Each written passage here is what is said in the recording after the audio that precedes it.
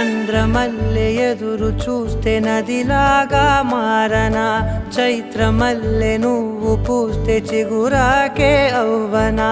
నన్నే వరించి యువరాజును అంట